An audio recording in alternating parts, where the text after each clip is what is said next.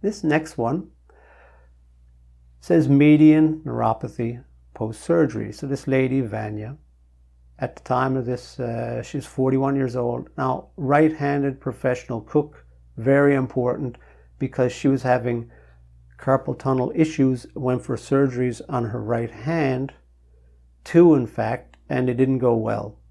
So she ended up basically, they said, sorry, let's say at the end of the surgeries, remember, wait and see, let's see, because after surgery, a lot of people, they'll have some, not big complications, but discomfort, different things, and it could be big complications like for Vanja. And in the control paradigm, they say, okay, well, let's wait and see, because it can recover spontaneously. But in her case, it continued to degrade to the point where they said, we're sorry, you're permanently disabled. There's nothing more we can do. And they're being very truthful, as we said earlier.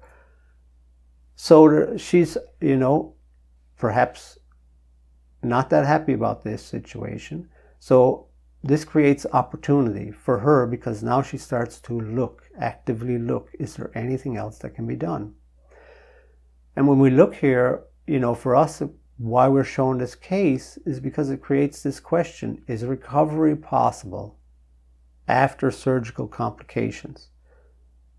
And then not only that, you picture a right-handed cook with a knife in her right hand. She doesn't need just basic functions. She needs all the fine motor functions back. Is it even possible? And Dr. Zleta just was honest with her. He said, I don't know what's possible. No promise, no guarantee. But let's explore this unknown territory. And I'm emphasizing the unknown territory very specifically. And we'll come back to that, okay? And I mean, you could picture from the surgeries, there's scarring there. So anyway, we may come back to the scarring. I just want to mention that for now. For the treatment, much the same as the gentleman before. So this was what we would have done with Vanja, Dr. Zleta would. And you can see here, hour plus every session.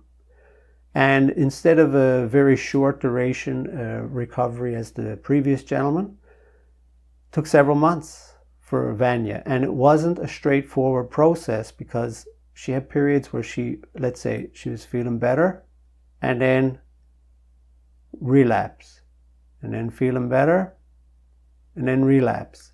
And we'll get into more details about that later, but just to show you, as the nerve function recovers, it can be erratic. Pain can change shape, location, feel, texture, whatever it is. And you can see that scale. If you picture the scale again, it's trying to find a balance. It's trying to, the self-repair is trying to outweigh the damaging factor. And when it comes to that scar tissue, that is needing to be resolved along the way as well.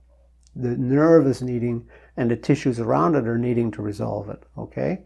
And we can enhance that process as well. So with that, for Vanja, complete pain relief and full wrist movement restored, okay? And not only that, but fine motor function back. You can picture how fast they chop stuff in the kitchen, handling heavy pots, different things like that. And she was able to return to work. And this was after she was told nothing can be done, okay? So wanted to show you that, because there are possibilities. Doesn't mean everyone's going to have this success, but it comes back down to that key question. Is there still viable nerve tissue remaining? And if there is, if we enhance that self-repair, what can happen? And for Vanja, she's back to work.